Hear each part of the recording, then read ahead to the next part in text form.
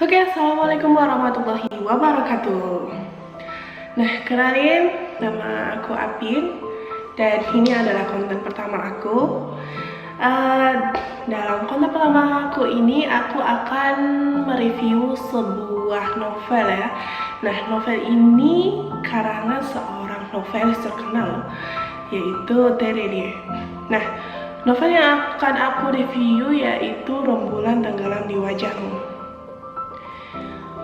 Mungkin ada teman-teman yang belum pernah membaca novel ini ya, karena novel ini sudah agak lama juga diterbitkan, sekitar 10 tahun yang lalu.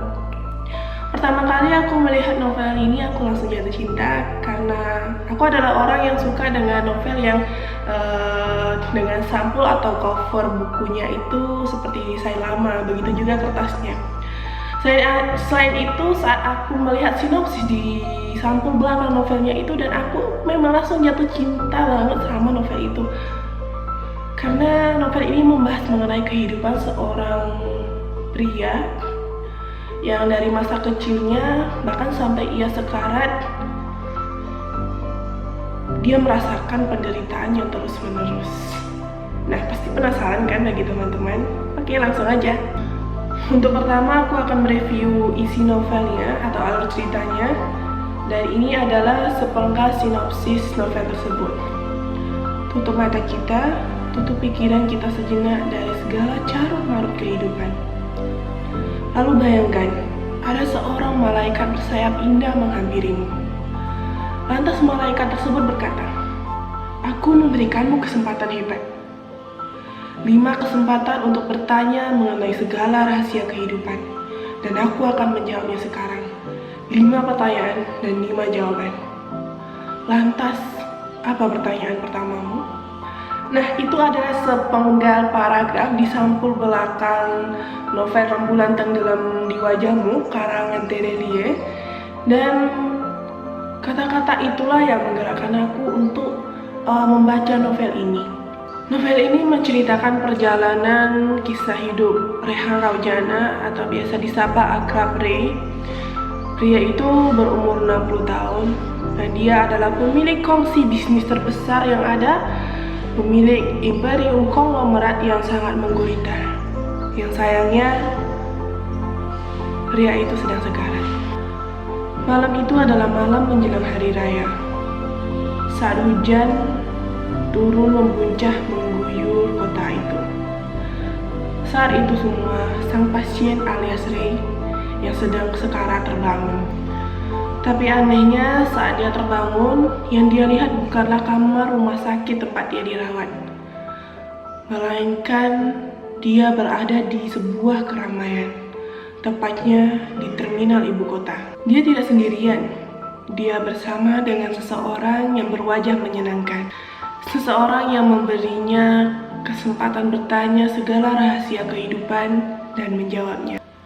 Awal kisah ini bermula di sebuah panti asuhan di sebuah kota kecil, tempat Rey dibesarkan hingga remaja. Tempat di mana awalnya Rey mendapatkan penyiksaan dan penderitaan yang Rey rasakan. Tempat di mana Rey menjadi seorang pemberontak dan seorang pembangkang. Tempat di mana bermulanya pertanyaan pertama Rey. Orang berwajah menyenangkan itu bertanya, "Pertanyaan besar pertamamu, Rey. Kenapa kau harus menghabiskan masa kanak-kanakmu di tempat itu? Kenapa harus panti asuhan itu? Kenapa tidak di tempat lain?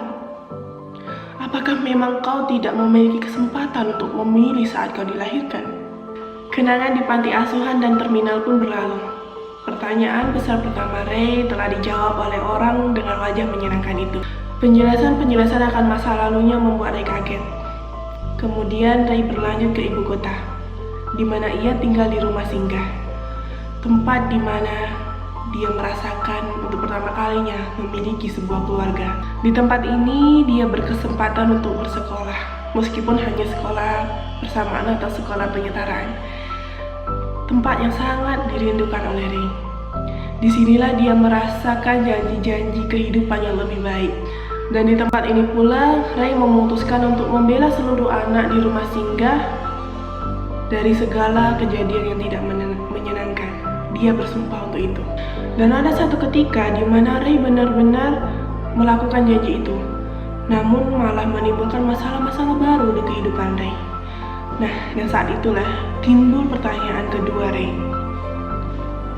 Apakah hidup ini adil?